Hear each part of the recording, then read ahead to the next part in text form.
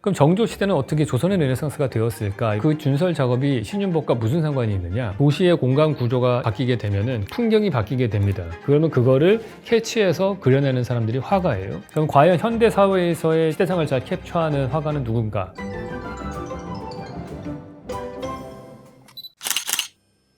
네, 안녕하세요. 왓슨 여러분. 이번 시간에는 단원 김홍도와 에드워드 허퍼의 그림에 대해서 이야기를 나눠보려고 합니다.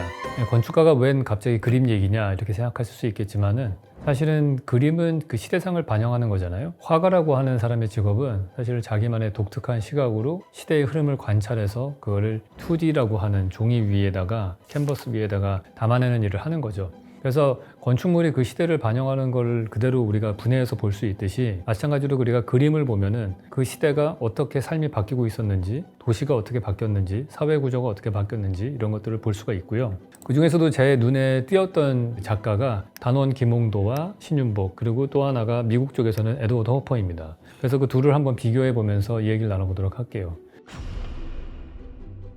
일단 단원 김홍도의 그림을 보면은 가장 우리 교과서에 나왔던 거죠. 씨름하는 모습 같은 것들이 나와 있는 거예요. 그 주변에 사람들이 앉아가지고 씨름을 보는데 여기에 갓을 쓴 양반도 있고 중인들도 있고 뭐 엽하는 아이도 옆에 있고 그렇잖아요. 사실 우리가 시장이라고 하는 것들은 활성화되지 않았는데 이 당시에 크게 만들어지고 활성화되기 시작했다는 걸 알 수가 있어요. 왜냐하면 단원 김홍도가 주로 활동했던 시기가 정조 시대거든요. 그러니까 정조 때가 보통 우리가 조선의 르네상스 시대다 이렇게 얘기를 합니다. 왜 그때가 르네상스가 됐는지 한번 보도록 할게요. 쭉 한번 다른 걸 볼게요. 또 기와 이기, 이거는 건축물을 만드는 특별한 직업들이 조금 더 분해가 돼서 다양한 직업들이 생겨났다는 걸 볼 수가 있는 거고요. 점심 먹는 모습, 우물, 자리짜기. 이 자리짜기라는 것도 저는 흥미로운 것 같아요. 엄마는 옆에서 길쌈질을 하고 아빠는 옆에서 돗자리를 만드는데 눈에 띄는 거가 아이가 뒤에서 책을 읽습니다. 부부가 맞벌이를 해서 자녀들을 공부를 시킨다. 이런 것들이 이 그림에서 보여지는 거죠. 그다음에 논갈이라고 하는 것도 이 그림도 저는 눈에 띄는 게 소가 2마리가 끄는 쟁기가 있다는 점이에요.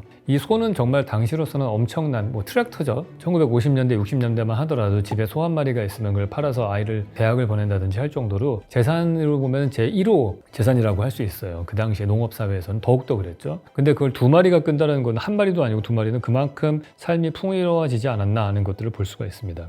신윤복의 그림을 한번 볼까요? 신윤복은 일단 김홍도의 그림과 크게 다른 점이 있죠. 약간 조금 더 컬러풀해진다는 점인 것 같아요. 그러니까 김홍도는 좀 더 서민들의 모습을 많이 그렸다면은 신윤복은 양반들의 모습을 많이 그렸습니다.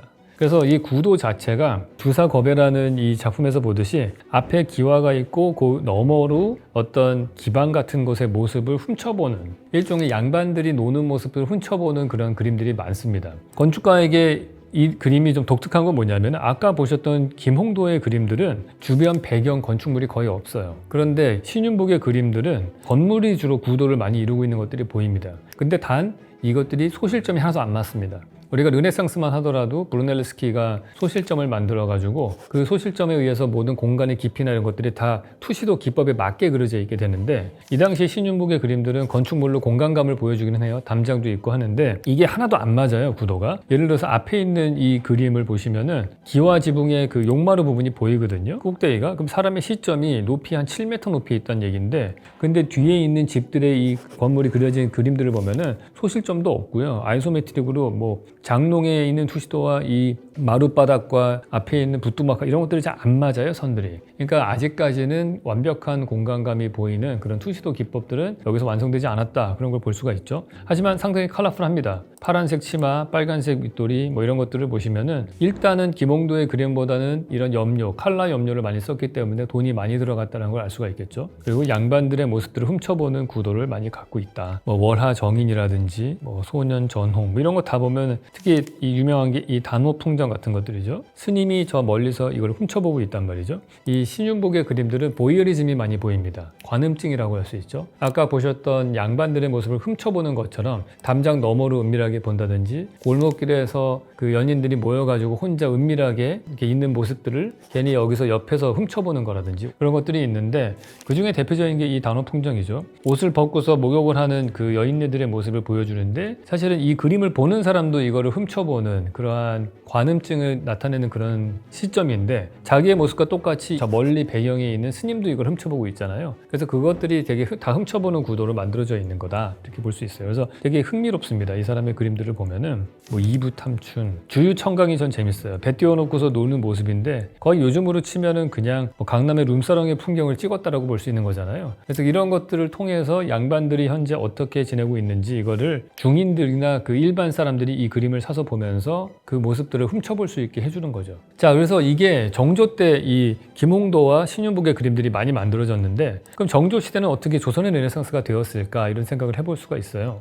사실 그 배경을 이해하려면은 그 앞에 선대왕이 영조로 가야 됩니다. 영조는 보통 탕평책이라고 해가지고 여러 가지 당파 싸움들이 있을 때 그걸 어떻게든 융합시키기 위해서 어느 한쪽에 치우치지 않고 그런 양반들을 다 중용해서 쓰는 걸로 유명했던 사람이죠. 근데 사실은 영조가 했던 업적 중에 두 번째로 정말 크게 드러나는 게 하나 있는데 그게 청계천 준설입니다. 준설은 뭐냐 하면은 하천의 밑에 있는 흙을 파내는 거예요. 그러면 도대체 왜 영조가 하는 이 청계천 준설이 왜 그렇게 대단한 일이냐? 그 당시에는 포크레인도 없었던 시절이니까 사실 사람들이 다 그 개천 밑에 있는 흙을 퍼내는 거예요. 그러니까 엄청나게 힘든 일이죠. 엄청난 노동력이 들어가는 거고 그걸 위해서 조정에 많은 예산을 써야 되는 일인 거예요. 그러니까 대토목 사업인 것 같아요. 그러면 그 준설 작업이 신윤복과 무슨 상관이 있느냐? 이게 보면은 도시가 만들어지는 데 있어서 크게 두 가지가 필요합니다. 첫 번째는 전염병이 없어야 되고요. 두 번째는 물이 풍부해야 됩니다. 근데 이 전염병 이슈가 사실은 사람이 어떤 도시를 만들 때 가장 크리티컬한 아주 결정적인 요인이에요. 그걸 해결하기 위해서 로마 사람들은 어떻게 했습니까? 상수도원을 풍부하게 해서 아퀴덕트라는 걸 만들어서 멀리서 물을 끌어다가 와서 목욕탕을 많이 짓고 그걸 통해서 위생적인 도시를 만들어서 전염병이 없게 만들었죠. 파리는 지하 하수도 시스템을 만들어서 더러운 물을 분리 배출수거해서 장티푸스나 콜레라 같은 수인성 전염병을 해결했어요. 근데 우리나라는 한양 같은 경우에 도읍을 만들었을 때 인구가 10만 명, 15만 명 이랬는데 그 도읍을 만들 때 상수도 시스템이 없습니다. 그런 상수도 시스템이 없이 이렇게 많은 인구들을 어떻게 먹여 살렸느냐? 우리는 땅을 파면 우물을 통해서 물을 얻었기 때문에 가능한 거예요. 우리는 대부분 다 화강암반으로 돼 있죠. 우리가 북한산이나 이런 걸 보시면은 인수봉도 돼 있고요. 그다음에 인왕산 이런 거 보시면 다 바위산으로 돼 있어요. 집안 자체가 바위가 많아요. 그래서 이게 지하수가 깨끗합니다. 유럽 쪽은 석회암 집안이 많죠. 그러니까 땅을 파서 물을 빼내면은 뿌연 물밖에 안 나와요. 그러니까 이 사람들은 깨끗한 물을 어디서 끌고 와서 써야 되는데 우리는 참 어떻게 보면 축복받은 땅이죠. 땅만 파면은 깨끗한 물이 나오는 그런 지형이에요. 그러니까 상수도 시스템이 없이 우물만으로 상수도를 해결할 수가 있었습니다. 그런데 하수도는 어떻게 했느냐? 하수도는 없었죠. 따로 없었기 때문에 그냥 개천에다가 그냥 버린 거예요. 그러면 그 물들이 지천에서 흘러서 어디로 모입니까? 청계천으로 모이죠. 그 청계천 물은 되게 더러운 거예요. 그래서 청계천가에는 옛날에도 어떻게 보면 하층민들이 그 주변에 우리 6.25 이후에도 많이 살고 그랬던데 일종의 청계천은 구도심의 하수도로 쓰였던 거예요. 근데 어떠냐냐 우리 조선시대 때 생각해 보시면은 연료가 땔감이었잖아요. 나무를 베어 갖고 와야 돼요. 그럼 주변에 우리는 산이 많죠. 그러니까 산에 가서 나무를 베어서 땔감을 씁니다. 그러면 시간이 지날수록 도시가 10년, 20년, 100년 될수록 산은 점점 민둥산이 되죠. 그러니까 비가 오면은 나무가 없기 때문에 그 토사들이 씻겨서 밑으로 내려와요. 그럼 그게 어디로 갑니까? 개천으로 흘러 들어가죠. 그럼 개천의 높이가 흙이 쌓여서 점점 바닥면의 높이가 높아져요. 이게 하천이 높아지니까 부피가 전반적으로 줄어들면서 비가 똑같이 내리면은 범람을 하는 일이 생기는 거예요. 그러니까 점점 범람이 잦아져요. 근데 청계천은 아까 제가 뭐라고 그랬어요? 하수도였다고 그랬잖아요. 청계천이 범람을 하면은 그 하수도 물이 넘쳐지는 거예요. 더러운 물이. 그럼 물이 주변으로 퍼지면서 어떻게 됩니까? 우물로 들어가게 됩니다. 우물이 상수원이 오염이 되면서 결국엔 그게 전염병을 유발하는 일이 생기는 거예요. 그래서 청계천이 범람하면 전염병이 생기는데 하천의 높이가 올라가니까 조선 후기로 갈수록 점점 그 범람의 주기, 즉 결국에는 전염병의 발생 주기가 짧아지는 거예요. 그러니까 사람이 모여 살 수가 없는 거죠. 그러니까 영조 때는 이 전염병 문제를 해결하기 위해서 청계천 준설을 하죠. 준설을 하면은 청계천이 하수를 시킬 수 있는 용량이 커지니까 전염병이 적게 생겨나죠. 그러면 인구가 더 모여들게 되죠. 그 조선 후기에 가면은 한양의 인구가 한 30만 명까지도 늘어나거든요. 그럼 30만 명으로 늘어나면 무슨 일이 생깁니까? 상업 활동이 활발해지는 거예요. 내 물건을 사줄 사람이 주변에 많아지고 사람들끼리 물건을 사고 팔 수 있는 가능성들이 높아집니다. 근데 당시에 그 정조 때 초반에 무슨 법이 있었냐면은 금난전권이라는 게 있어요. 그러니까 여러 가지 시장들이 생기는 거를 금하는 그런 법인 거예요. 난전이 생기는 걸 금한다 그런 거거든요. 어지러운 전들이 생겨나는 것들을. 그 법은 결국엔 뭐냐면 열 몇 개밖에 안 되는 그러한 한양을 장악하고 있었던 상인 그룹들이 있을 거 아닙니까? 그 사람들이 독점권을 갖고 있는 거나 마찬가지인 거예요. 근데 인구는 늘어나서 시장이 많아지는데 그거를 다 기존에 있었던 상인들이 다 독점권을 갖고 있으니까 그게 수용이 다 안 되는 거죠. 그러니까 정조가 과감하게 그 금단 정권을 폐지시킵니다. 이거는 엄청난 혁명인 거예요. 조선의 그 긴 세월 동안에 그 어떤 상업시설의 독점을 깨트리면서 일반인들이 다 상업을 할 수 있게 만드는 거죠. 그러면 더 많은 사람들이 상업으로 돈을 벌 수 있는 세상이 되는 거고, 그 얘기는 땅 문서를 물려받지 않은 사람들도 돈을 벌 수 있게 되는 거고, 그걸 통해서 더 다양한 직업이 생겨나는 거고, 아까 보셨던 신윤복과 김홍도가 그려놨던 풍경들은 바로 그런 풍경들인 거죠. 많은 사람들이 시장에 모이고 장사를 해서 돈을 벌고 중산층이 되고, 물건을 길쌈질해서 옷감을 팔면은 아이를 교육시킬 수가 있게 되고, 그 다음에 엿을 사 먹을 수 있는 어떤 삶의 여유가 생기니까 엿장수도 생겨나는 거고, 뭐 여러 가지 것들이 풍요로워지는 거예요. 당연히 양반들의 삶도 풍요로워지겠죠. 그러면서 흥청망청 술을 마실 수 있는 기방들이 더 활성화되는 거고, 그게 보셨던 것 같은 그런 신윤복의 그림들이 되는 겁니다. 그러니까 우리가 보시면은 도시의 공간 구조가 인프라가 바뀌게 되면은 그게 경제에 영향을 미치고, 그 경제가 상업이 발달하게 되면은 그게 사회 구조에 영향을 미치게 되고 풍경이 바뀌게 됩니다. 그러면 그거를 캐치해서 그려내는 사람들이 화가예요. 그거를 조선 후기에 르네상스를 잘 캐치했던 사람들이 김홍도와 신윤복 같은 그런 뛰어난 화가들인 거죠. 그러면 미국도 당연히 그런 게 있겠죠. 미국은 라이프 스타일이 언제 크게 바뀌었느냐? 그건 뉴욕 같은 도시가 만들어지면서예요. 20세기 들어서 큰 변화가 생긴 게 철근 콘크리트와 엘리베이터로 30층짜리 건물을 지을 수 있고 밀도가 높은 도시가 만들어지기 시작을 했어요. 그러면은 과거에 시골에서 농사 지으며 살던 사람들이 다 도시로 이동을 하면서 새로운 도시민의 생활을 하게 되는 거죠. 과거에 농사를 짓던 사람들은 지금은 실내에서 햇빛을 받지 않는 곳에서 일을 하게 되는 일이 생기는 거예요. 그 다음에 내가 일반적인 뭐 물건을 사거나 하는 생활을 하려면 퇴근 후에나 가능한 거예요. 그럼 그걸 어떻게 해결했느냐? 도시에서 가스등을 켜서 전등을 켜고 이러면서 불빛을 만들어주니까 밤이 해진 다음에 생활을 하고 레스토랑에 가서 차를 마시거나 밥을 먹는 일이 생겨나는 거죠. 자, 보시면은 그 당시에 제 시선을 끄는 사람이 두 명이 있습니다.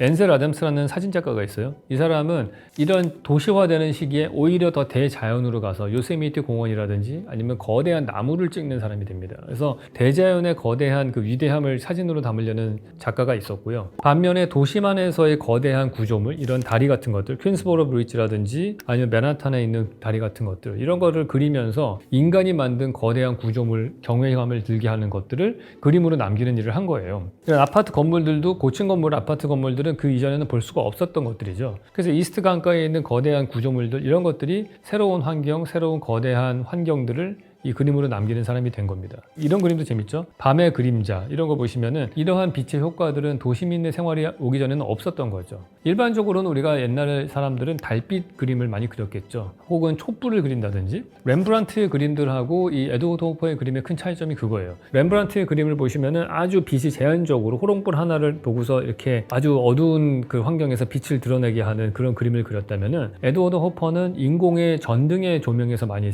그림을 그립니다. 그 유명한 그림이 있죠. 밤을 지새우는 사람들, 이 그림을 보시면은 이 밝은 전등 밑에서 각기 다른 사람들이 모여가지고 그 시간을 보내고 있어요. 그럼 여기 중절모 쓰신 분은 혼자서 차를 마시고 있고, 오른쪽에 커플들이 있고 바텐더와 얘기를 나누고 있습니다. 이런 것들이 결국은 인간관계의 새로운 면을 보여주는 거예요. 앞서 제가 보여드렸던 그림들은 도시화가 되면서 만들어지는 거대한 다리나 건축물 같은 것들을 그림으로 남겼다면, 또 다른 모습에서 그린 거는 새로운 빛의 효과를 우리가 에드워드 호퍼가 캡처를 했다는 것이고, 또 하나는 사람들 간의 관계가 바뀐 걸 보여주는 거예요. 과거에 우리가 농업경제 시대 때는 어땠습니까? 그 자기 주변에 사는 마을 사람들끼리 하고만 친했던 거예요. 그러니까 내가 이웃 사촌들이 결국엔 나의 직장 동료인 생활인 거죠. 근데 도시화가 되면은 내 주변에 있는 사람들은 다 모르는 사람들인 거예요. 다 다른 지역에 있는 사람들이 와서 도시에 오면서 비로소 익명성이라는 게 생겨나게 되고, 그곳에서 만나는 사람들은 나하고 일면식이 없고 대화를 섞을 일이 없는 사람들이 되면서 개인이 점점 고립되고 파편화되는 것들이 있죠. 물론 그 가운데서도 자유를 느낄 수 있는 것들이 생깁니다. 그 얘기는 과거의 농경사회 때에는 내가 다른 사람들의 이목을 의식해서 전체의 공동체의 룰을 따라서 생활을 해야 됐다면은, 도시에 와서 생활을 하면은 혼자 있을 수도 있고 내가 원하는 것들, 이런 것들을 다 생활할 수가 있는 사람이 되는 거죠. 그래서 이 에드워드 허퍼에 있는 그림들을 보면은 주로 혼자 있는 사람들이 많습니다. 그러니까 고립되어 있는 사람들, 뭐 자동 판매식 식당 같은 경우에도 보면은 렘브란트의 그림이 호롱불 하나만 있다면 여기는 전등들이 유리창에 팍 반사돼서 보이는 것들이 보이잖아요. 여러 개의 광원들이 있는 인공 조명 아래서 있다라는 거예요. 또 하나 의미심장한 건 뭐냐면은 여성분이 이걸 앉아서 밥을 먹는단 말이에요. 이 늦은 밤에. 그 얘기는 그만큼 이 도시가 어느 정도는 안전했다는 걸 나타내는 거죠. 남녀 평등이 어느 정도 되었다는 걸 보여주기도 하고요. 앞서서 제가 지나간 그림 중에 기차 안에서 혼자 책을 읽는 여자가 있어요. 밤 기차에서. 그 여러 가지 보여줘요. 거죠. 기차라는 공간도 새롭게 생겨난 공간이고 여성이 책을 읽는다는 것도 의미 있죠. 이제 문맹이 아니라는 거죠. 지식을 습득할 수 있는 교육받은 여성이라는 것이고 밤 시간에 그 기차를 타고 다닐 정도로 안전한 삶이 어느 정도 시스템이 그런 치안 시스템이 갖춰졌다는 걸 나타내는 거잖아요. 그러니까 그 그림 한 장을 갖고서 우리는 그 시대를 다 분석해 볼 수 있고 에드워드 호퍼는 그 소재와 시간대를 통해서 장소를 통해서 어떠한 공간을 어떠한 시간대에 어떠한 소재 여성이냐 남성이냐 이걸 통해서 그 그림 한 장에 이 시대상을 딱 캡처해서 보여주는 거죠. 이런 것도 되게 재밌어요. 밤의 창문 같은 걸 보시면은 지금 이 그림의 시점을 보시면은 앞에 있는 건너편 쪽의 건물은 뭐 몇 층짜리 건물에 나보다 한 층, 두 층 아래 층에 있는 걸 보여주는 거죠. 근데 이게 밤에 조명불이 밝으니까 건너편 집이 보여요. 이게 도시가 되면 밀도가 높은 도시가 만들어지고 그리고 내가 조금 더 높은 층에 있으면은 이렇게 훔쳐보는 시선을 만들 수가 있는 거고 그 다음에 밤 시간 동안에 불빛이 밝았기 때문에 훔쳐볼 수 있는 시선이 생기는 겁니다. 이런 것들은 도시화가 되기 전에는 없었던 그러한 풍경이고 앵글인 거예요. 그래서 그걸 에드워드 호퍼는 잘 그려내고 있습니다. 의미 있는 그림이 또 하나 있는데요. 자, 모닝 선이라고 하는 이 그림이에요. 이거 보시면은 창문 바깥을 쳐다보고 있어요. 그러니까 과거에는 우리가 창문 바깥에는 자연만 볼 수 있었다면은 이거는 창문 바깥을 볼 때 도시 풍경이 보이고요. 호퍼의 그림 중에서 되게 의미심장한 거는 어느 층에서 그릴 때 옆집에 지붕들이 쫙 보이는 것들이 있거든요. 뉴욕이라고 하더라도 다 똑같은 시대에 만들어진 게 아닙니다. 초창기 때 만들어진 것들은 뭐 한 5층 정도 높이의 타운하우스들이 많이 만들어졌다가 철근 콘크리트와 엘리베이터가 만들어지면서 20층, 30층짜리 건물이 만들어지면은 이런 현상이 생기죠. 7층짜리 건물 옆에 30층짜리 건물이 있으면은 30층짜리 건물에 뭐 12층 정도에 사는 사람이나 10층 정도에 사는 사람들이 보면은 뭐가 보이겠어요? 건너편에 있는 이 지붕들이 쭉 보이겠죠. 그 지붕들과 굴뚝들이 보이는 것들을 쭉 보여주는 그런 그림들이 많습니다. 그리고 흥미로운 게 아까 보여드렸던 모닝 선과 오피스 이너 스몰 시티 같은 것들 둘 다 공통점인 건 뭐냐면은 내 집 같은 방 안에서 어쨌든 딴 사람을 훔쳐보는 거예요. 제가 알기로는 왼쪽 그림은 에드워드 호퍼의 부인을 그린 거고 오른쪽 그림은 그냥 모르는 사람을 그린 건데 둘 다 거기 있는 그림의 어떤 피사체라고 할 수 있는 사람이 다른 데를 쳐다보고 있으면은 저는 그 대상을 옆에서 훔쳐보고 있는 거거든요. 그러니까 다른 어떠한 사회보다도 이 에드워드 호퍼가 생활했던 이 도시의 시대는 보이어리즘이 극치화되어 있는 그런 공간이라고 볼 수 있는데 다른 점이 있다면은 왼쪽의 그림은 같은 공간 안에서 이걸 훔쳐보는 것이고 오른쪽에 있는 공간은 내가 건너편 쪽 건물에서 창문을 통해서 이 사람을 훔쳐보는데 창문을 통해서 또 다른 창문을 또 보게 되어 있단 말이에요. 그러니까 내가 훔쳐보더라도 어떤 액자를 통해서 훔쳐보느냐 아니면 이 액자를 통해서 다른 바깥 풍경을 쳐다보는 사람을 또 다른 액자를 통해서 내가 보는 거죠. 그러니까 여기는 오른쪽 그림은 액자가 결국에 3개가 있는 거예요. 하나는 이 안에 있는 오피스에 있는 사람이 바깥을 쳐다보는 창문의 액자가 있고요. 두 번째 액자는 그 사람을 내가 쳐다보는 액자가 하나 있고 세 번째 액자는 그걸 그린 그림이라고 하는 액자가 있는 거죠. 그래서 3중 구조로 되어 있는 그런 구도를 갖고 있습니다. 와이오밍의 조라는 거는 이건 자기 부인을 그린 그림인데요. 이것도 되게 재미나요. 왜냐하면은 이 사람이 창문을 많이 그리잖아요. 그리고 풍경을 그릴 때 창문 바깥에 프레임되어 있는 풍경들을 많이 그리는데 건물의 창문도 물론 중요하지만은 자동차의 창문도 이 시대에 되게 새롭게 보여지게 되는 창문인 거죠. 그러니까 자동차의 창문과 건물의 창문은 무슨 차이가 있냐면은 건물의 창문은 내가 항상 고정되어 있는 위치에서 다른 장소를 관찰하는 거라면은 자동차의 창문은 바깥 풍경을 보지만은 자동차는 계속 움직이죠. 그러니까 포드가 자동차를 대량 생산하게 되고 일반 중산층들이 모두가 다 자동차를 가질 수 있는 세상이 되었습니다. 그러면은 그 얘기는 다른 표현으로 하면은 모든 중산층들이 바뀌는 풍경을 볼 수 있는 새로운 창문을 가지게 되었다라는 거예요. 그리고 TV도 가졌죠. TV도 또 다른 세상을 볼 수 있는 창문인 거죠. 우리 시대에는 거기다 핸드폰까지 생겼죠. 스마트폰이 또 다른 세상을 볼 수 있는 창문인 거죠. 그래서 과거에는 세상을 보는 창문이 되게 제한적이었다면은 점점 시대가 발달할수록 그 창문의 개수가 늘어나는 거예요. 에드워드 호퍼 시절에는 2가지 창문이 추가가 된 겁니다. 그래서 그런 것들을 잘 캡처해내서 보여주고 있는 게 아닌가 생각이 듭니다. 그래서 2개의 다른 시대와 다른 나라지만은 김홍도와 에드워드 호퍼는 사실 같은 계열의 화가라고 볼 수 있을 것 같습니다. 그럼 과연 현대 사회에서의 최고의 그런 시대상을 잘 캡처하는 화가는 누군가? 저는 그거는 한 사람의 어떤 화가라기보다는 우리 모두가 지금은 다 그게 된 것 같아요. 스마트폰에 카메라가 달려 있습니다. 그러면서 인스타그램으로 사진을 찍어서 올립니다. 그러니까 사진을 찍어서 우리가 올리는 모든 인스타그램들의 사진들은 특정한 왜곡된 부분이긴 하겠지만 어쨌든 이 시대상을 잘 보여주는 또 하나의 이 시대의 화가의 역할을 우리 일반인들이 다 하게 되었다. 그 배경에는 카메라가 달린 핸드폰과 그걸 언제든지 업로드 시킬 수 있는 SNS라는 공간이 생겼기 때문에 그게 또 다른 캔버스로서 작용을 하는 게 아닌가 그런 생각을 합니다. 네, 오늘 이걸로 마치도록 하겠습니다. 다음 시간에 뵙도록 하겠습니다.